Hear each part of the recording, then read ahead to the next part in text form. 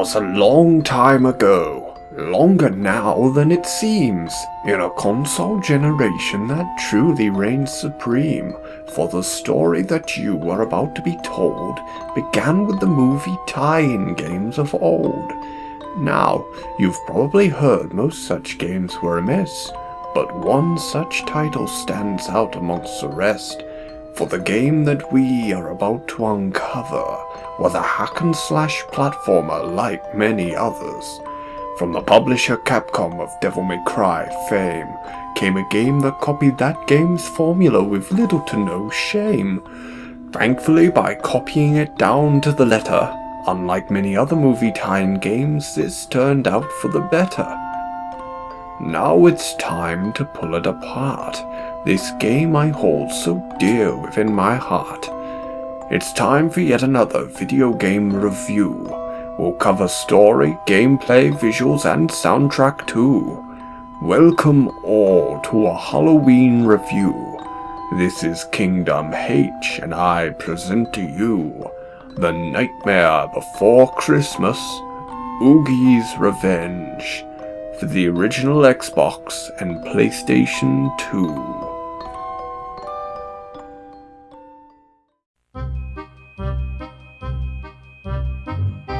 In 1993, Touchstone Pictures released The Nightmare Before Christmas, a quirky and fascinating stop-motion animated movie directed by Henry Selick and produced by Tim Burton and Denise D'Anovi.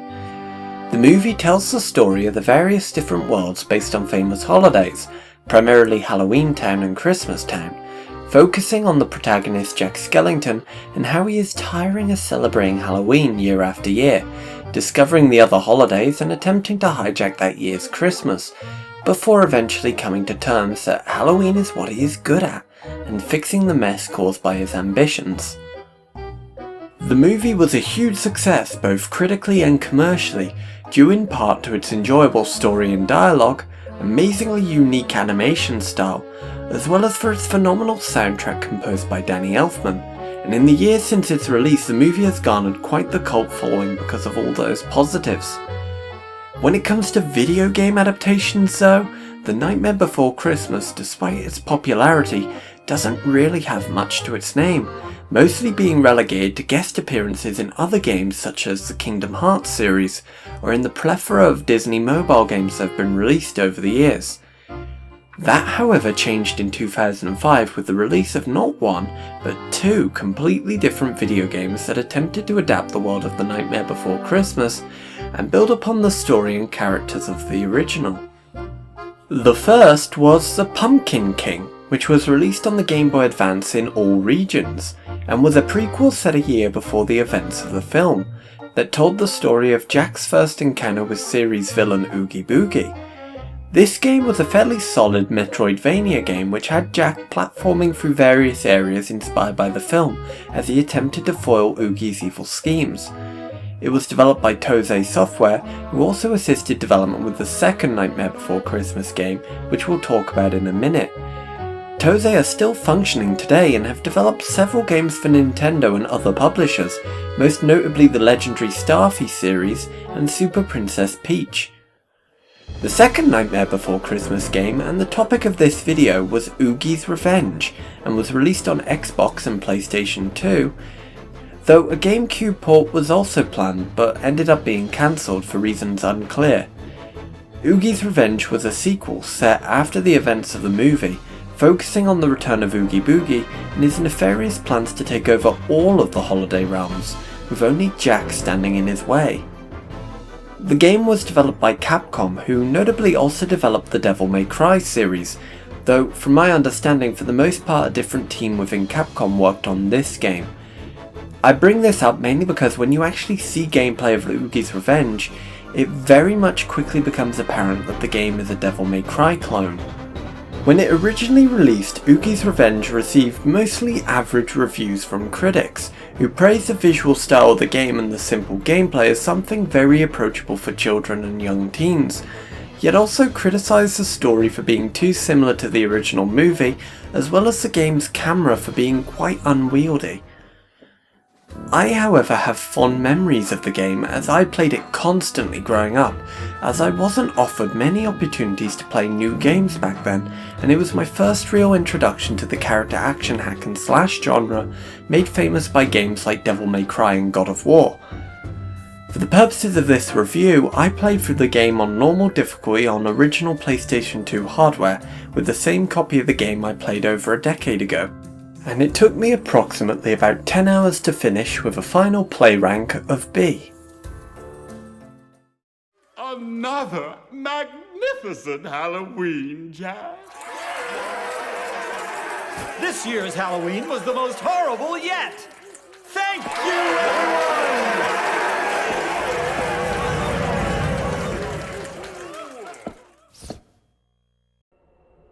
The story of Oogie's Revenge takes place a year after the events of the movie, where after yet another successful Halloween, Jack decides that in order to ensure the following year's success, he needs to leave Halloween Town to find new ways to scare and thrill to make the next Halloween one to really remember, obtaining the Soul Robber, a green gelatinous whip, from Dr. Finkelstein just before leaving. Whilst he is away though, the troublesome trio of Lock, Shock and Barrel decide to revive Oogie Boogie, the main antagonist from the movie, taking advantage of Jack's absence in order to cause mischief. Several months pass, and on Christmas Eve, Jack returns to Halloween Town to discover that the whole town is in disarray, with hordes of monsters wandering around causing mayhem. Jack soon discovers that while he was away, Oogie Boogie took over the town and kidnapped several of the leaders from the other holiday realms, with the goal of becoming the 7 Holidays King and ruling over everything. Naturally, it's up to Jack to stop him and liberate Halloween Town, freeing the citizens and his friends in the process, and making full use of his unique skill set to save the day and put a stop to Oogie Boogie's evil plans. The game's story is chapter-based with a total of 24 chapters to complete, each of varying length. Most are short, lasting anywhere between 6 to 15 minutes, each usually involving completing a single objective or fighting a boss, though on a first playthrough, when you don't know the objective placement or the layout of each area, it'll definitely take you a lot longer, even on the shorter chapters. I estimate a full playthrough of the game without using a guide or any prior knowledge will probably take between 15 to 20 hours, but with knowledge you'd easily be able to cut a full playthrough down to 7 to 8 hours. There is a chapter select on completion of the game that will allow you to clean up any collectibles or level ranks that you missed out on during your normal playthrough as well, so nothing in the game is missable on that front. In terms of the quality of the story itself, it's mostly entertaining and doesn't outstay its welcome in terms of its length. The cutscenes are all well shot, with some decent dialogue that does a good job at fleshing out the characters and pushing the story forward.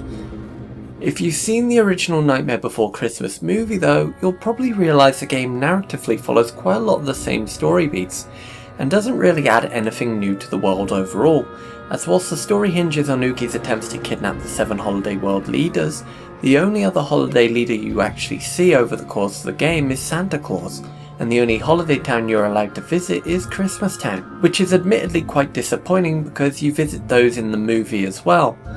So the fact that you can't visit any of the other holiday towns or leaders is a huge missed opportunity. The overall messages and themes of the game are also very iterative of the original movie, with Jack's entire character arc mostly being a direct repeat of his arc in the movie, where he longs for something, goes off to find that something, realising that something was with him all along, and then fixing the mess caused by his adventure. Though here it feels very much more forced, as unlike in the film, the core conflict in the game isn't actually caused by Jack directly, so it makes the overall resolution to his conflict a lot less meaningful as a result. Despite my complaints though, Oogie's Revenge does still have unique narrative threads and locations that keep it from being a direct retread of the movie, and the overall pacing of the story itself is fairly good for the most part, and it allows you ample opportunities to explore the world from the films. The various different residents of Halloween Town are all very well written as well, with their personalities and unique quirks kept consistent to that of their movie counterparts. Overall, the story in Oogie's Revenge is quite good for the most part, though very iterative of the movie despite being a sequel. The presentation of the story is top notch though, and it does keep pushing you forward with the urge to see it through the end. Because of the simplicity of Oogie's Revenge's story, you'll also probably be able to enjoy it even if you haven't seen the original film, and if you have seen it, you'll probably appreciate it a lot more because of it. I'll go into a bit more detail with it later on in this video when I discuss some of the spoilers, but yeah, overall the game's story isn't that bad. It's not the best in the world, and you know, there's probably a ton of better games and probably even some better movie tie-in games that have better stories, but for a Disney property that probably had a load and load of constraints that the developers had to work under, I think overall they did a good job. Like, it's not the best in the world, but it's still an enjoyable story, and every now and then when you see a glimmer of originality that helps to flesh out the world further, as a Nightmare Before Christmas fan, I really enjoyed it.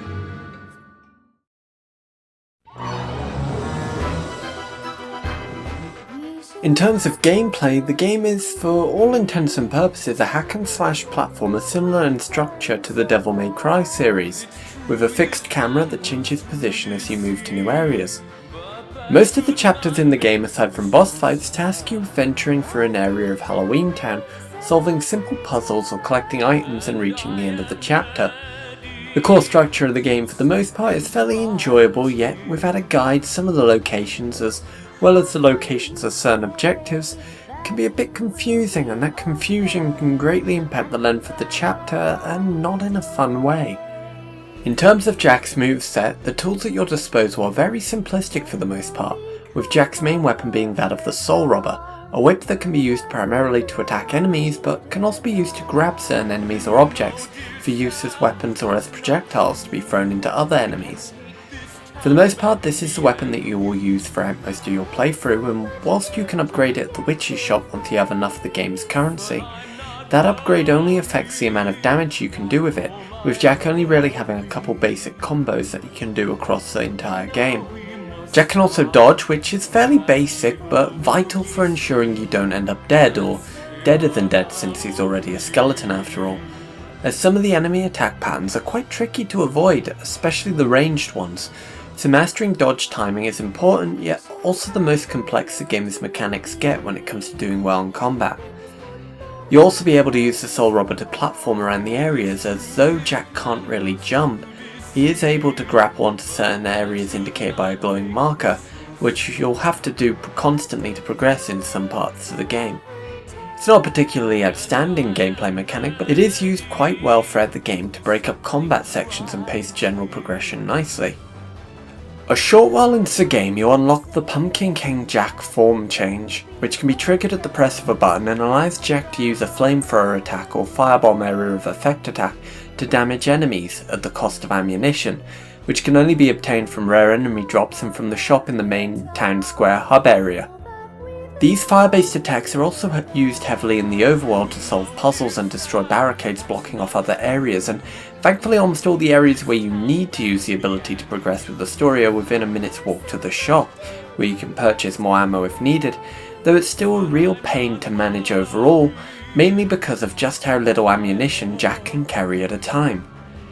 The other form Jack can unlock through story progression is the Santa Jack form, which allows Jack to throw different types of presents to shock, freeze, or otherwise debilitate enemies. You also need to use this form to progress with the story in certain places, and the presents are the only way to force hidden enemies to emerge without hurting Jack in the process. That's pretty much all the combat has to offer in terms of complexity, 3 forms with fairly static, unchanging movesets. It's simple, clean, and effective for the most part, but surprisingly never really feels tedious, which I think is due to the large amount of enemy and boss variety, as well as the fact that combat has equal importance as platforming and puzzle solving, so in most cases you'll only really be using combat when forced to, or when facing off against bosses. On the topic of boss fights, the game has quite a lot of them, and they're all pretty unique and fun to face off against. During combat, when damaging the boss, they'll drop musical notes which, when collected, start to fill a bar that, once completed, starts a dance segment where you have to press a series of scrolling buttons in time with the music. Each boss has a different music track, which makes these dance sections entertaining despite their simplicity. In terms of difficulty, there are 3 different difficulty options to choose from: beginner, normal and nightmare difficulty. On the first 2 settings, the game isn't particularly challenging, though some bosses will still offer an interesting challenge. The nightmare difficulty, however, is quite challenging and requires quite a lot of skill to beat, as the enemies deal significantly more damage and you deal less, requiring you to memorise enemy attack patterns and dodge accordingly. I think overall, the core gameplay of Nightmare Before Christmas Oogie's Revenge is pretty decent, all things considered. It's surprisingly basic without much real depth to it compared to other hack and slash games, but I think that it for the most part works, and I think the game's spectacle manages to mitigate the tedium to the point where I believe this would be a great introduction game for people looking to get into the genre. The visuals are one of the areas where the game shines brightest, as the game looks great for a PlayStation 2 and Xbox game, with really nice character models and environments that all adhere to the original movie's aesthetic perfectly, despite the limitations of the hardware. The locations in particular are surprisingly varied, as even though most of the game is set within Halloween Town where everything shares the same colour palette, each district of the town still manages to feel completely unique and different from the rest, due in part to the unique buildings and layout of each area, as well as through the rare uses of colour helping to add character where possible. I think that it's a testament to the original aesthetic of the movie though, as a lot of what makes this game look great visually is directly or indirectly adapted from the original movie, though to the developers' credit, the new locations introduced in this game, such as Holiday Trash Hill and Oogie's Grisly Gauntlet, still manage to keep consistent to the aesthetic introduced by the movie, yet differ completely from any other location in the game, so the fact that they can seamlessly and faithfully introduce new locations into the world without losing any of that Nightmare Before Christmas authenticity is really commendable. One area I particularly like in terms of its aesthetical appearance is the hinterlands, the forest where all of the holiday doors are located. When you first arrive there, the hinterlands looks quite different from how it looked in the movies and in the game's intro, with everything looking almost like a sketch drawing and with a quite vivid monochromatic colour palette, further exemplified by the shadows of the trees looking as if they were sketched in. It does lose a little of that interesting flair when you restore the forest back to its original coloured state, but it's an incredibly nice location to look at regardless. Oogie's Revenge, like some other games released at the time, allows for you to change the refresh rate between 60Hz and 50Hz depending on your display. The reason for this is that from my understanding in PAL territories, a lot of TVs at the time only had refresh rates that went up to 50, whereas in the US a lot of them were capped at 60Hz. Obviously nowadays this feature isn't really important as most TVs by default have a refresh rate that goes up to 60 or higher. But at the time it was quite a vital thing for ensuring the game performed optimally on everyone's TVs. In terms of performance, the game feels great to play, for the most part, and I don't think I encountered a single visual bug or glitch, or even any noticeable frame rate drops at all during my entire time playing the game for this review. The load times weren't too bad either, though, as with most games on the PS2 and Xbox, there are loads of load screens for pretty much everything here, and they're visually a bit bland and uninteresting. So yeah, visually Oogie's Revenge is surprisingly solid with excellent graphical fidelity for a PS2 and Xbox era game, with great character and environmental models and textures, a solid art style that matches the tone and feel of the original movie, and overall the game's performance is quite good for the most part. It definitely feels like an oddity for a movie tie-in game during that generation of consoles, as most were rushed to fit a deadline or very low budget, so they visually and in terms of their performance almost always looked and felt really unpolished, but here that's not the case, and that's a really good thing.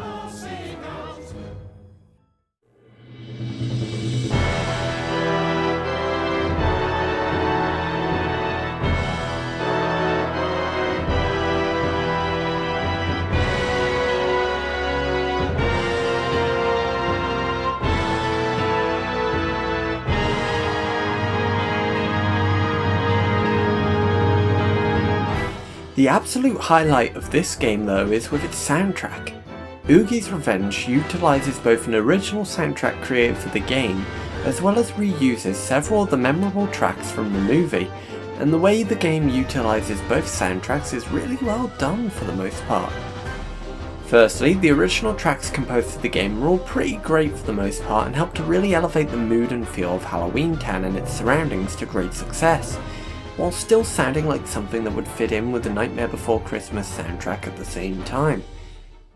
My favourite track from the soundtrack that really emphasises this is the track that plays during the Hinterlands portion of the game, as it has an almost ethereal beauty to it that is completely different from the rest of the game, and matches the visual style of the surroundings really well.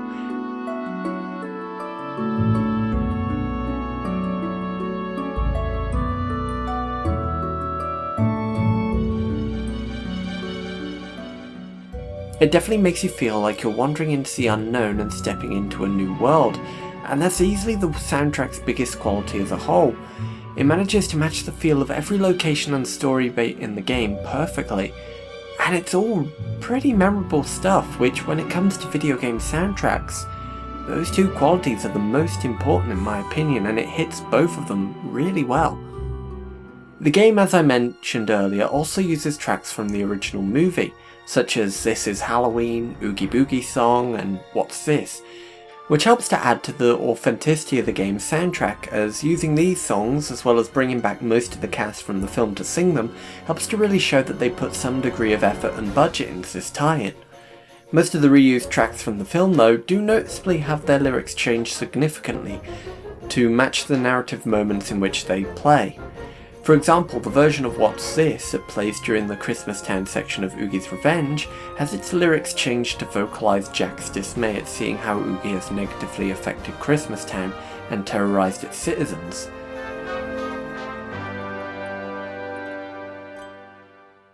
Oh no, there's trouble everywhere. Oh no, there's smoke clouds in the air. Oh no, I can't believe my eyes, I have to help them hurry. Jack, they wouldn't dare. Oh no! Oh no, there's something very wrong. Oh no, these things here don't belong. Oh no, the streets are lined with little creatures crying. All the others must be hiding. Christmas spirit is subsiding. Oh no! Oh no! Most of the vocal music tracks from the movie, though, are usually reserved for use during boss fights and have different lyrics depending on whether you are in the battle or rhythm game phases of the fight. These tracks are all really good and are a really entertaining way of adapting the musical nature of the movie into the game, and it really adds a lot of character to the boss fights as a whole.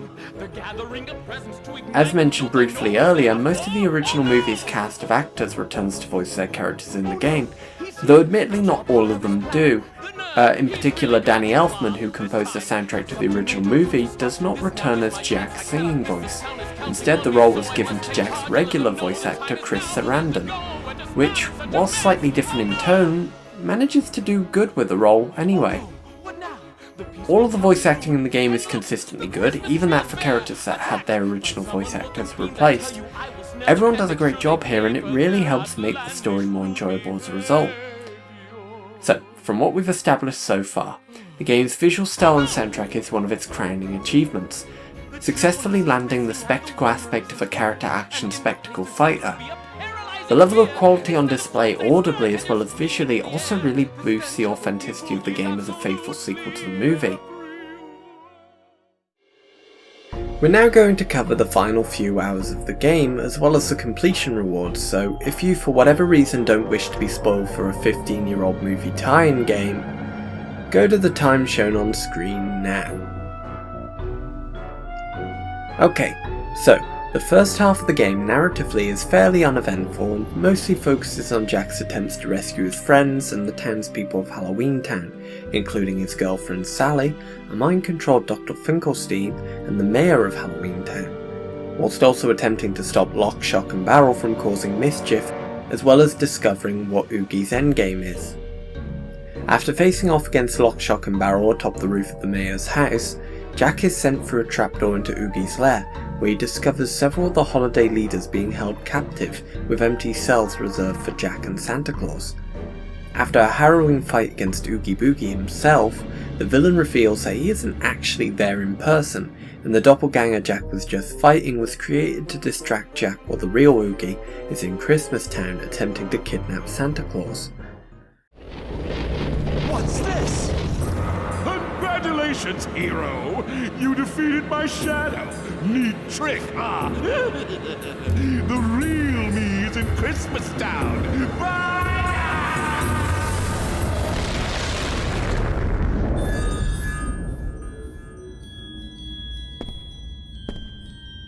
The Easter door? But where's the Christmas door? I'd better get back to the plaza. Ha! Jack, on hearing this, hurries to the hinterlands to give chase, restoring each of the holiday doors that he obtained over the course of the game to their respective holiday tree, and finds his way to Christmas Town where Oogie is attempting to kill Santa. Jack soon rescues Santa and Oogie attempts to escape in Santa's sleigh, crashing in Holiday Trash Hill, where Jack confronts him in one final battle. The final boss fight itself is quite spectacular, with Oogie absorbing all of the bugs and creepy crawlies hiding in the trash to turn giant. No! This can't be happening! Ah!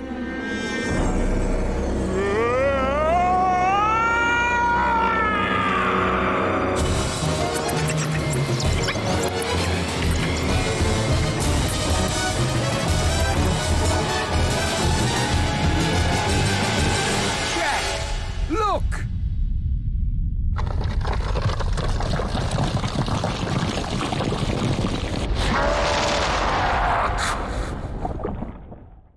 Jack must either batter Oogie's face with the Soul Rubber or use his Pumpkin King form to set vents of gas alight with flame to burn Oogie down to size.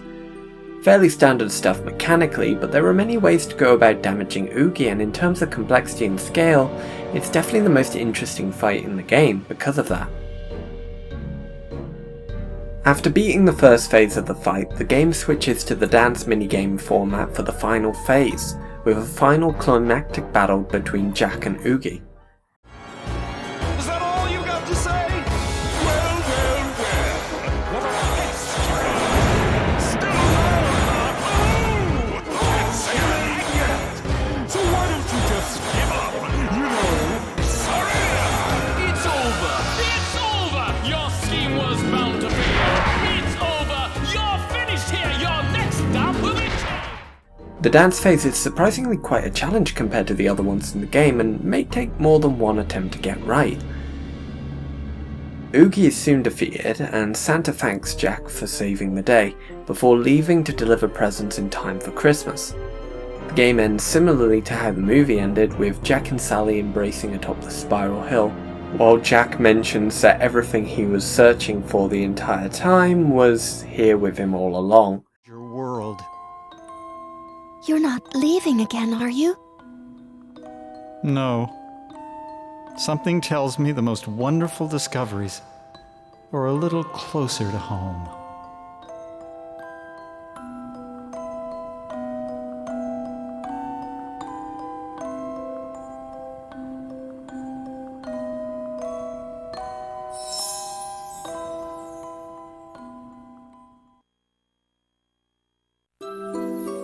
Now let's move on to talk about what rewards the game has in store for you if you decide to master the game and complete everything you can. In terms of completion rewards, the game has quite a few. For one, dependent on your average completion rank, which you'll receive at the end of the game, you'll be able to unlock a series of costumes for Jack to wear, such as Pajama Jack on attaining an average play rank of C or higher, Dancing Jack for B or higher, Thespian Jack for A or higher, and finally Phantom Jack for S rank or higher. These are nice rewards for the most part, as they change Jack's cosmetic look quite nicely, though at the same time they're fairly lackluster considering you unlock them at the end of the game when you'll probably want to move on to something else at that point. And in terms of cosmetics, they only affect Jack's main outfit, so when you switch to Santa Jack or Pumpkin King Jack, their original aesthetic is going to stay the same. There are also collectible in-game trophies that are obtained from obtaining A ranks in all categories in a level, as well as through defeating enemies in hidden areas of the world. These are essentially just unlockable character models that can be viewed in greater detail in Jack's house, and for the most part aren't really that interesting. Jack's house is also where you'll access pretty much all of the game's unlockable content, from the wardrobe where you can change costumes, to the trophy cabinet to view the collected trophies you've obtained, or even the jukebox to listen to the game's stellar soundtrack. It's a nice little place to visit every once in a while, just to see what new content can be accessed there. There are also several cheat codes you can activate that unlock the costumes and trophies if you don't want to worry about the strict completion requirements, as well as several cheats that give you infinite Pumpkin King ammunition or health if you want to eliminate any challenge the game offers for whatever reason. Overall, I have to say, going back and playing through this game now after several years and console generations have passed, I had a real blast with Oogie's Revenge. Sure, it's not as complex or enjoyable mechanically as some of the other games in its genre like the God of War games or later Devil May Cry games, but for fans of The Nightmare Before Christmas as well as for children and teens, it's a very surprisingly solid game with a fun story, entertaining albeit simple gameplay, really great aesthetics and visuals despite the hardware limitations, and an incredibly underrated soundtrack. It all comes neatly together as a game that, whilst not one of the greatest of its generation, is an enjoyable and entertaining experience that can still be enjoyed today if you can track down a copy.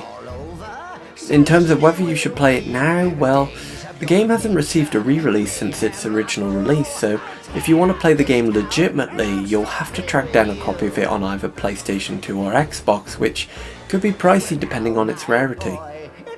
The game itself is fun, and I definitely have fond memories with it because of how much I played it as a child, but despite that, I think unless you're a die-hard fan of The Nightmare Before Christmas, or a fan of character action hack and slash games, there's no real reason to go back to play this game, as while it's good, it's not really a masterpiece and doesn't really have the cultural relevance as some of the other games released during the PlayStation 2, Xbox and GameCube generations. Though I will say that if it were to ever defy all odds and receive a remaster sometime in the future, which is very unlikely considering it's a movie tie-in game that no one ever really talks about anymore, I definitely recommend giving it a shot, as there are definitely worse ways to spend a couple hours. So yeah, that's it for my review of Nightmare Before Christmas Oogie's Revenge.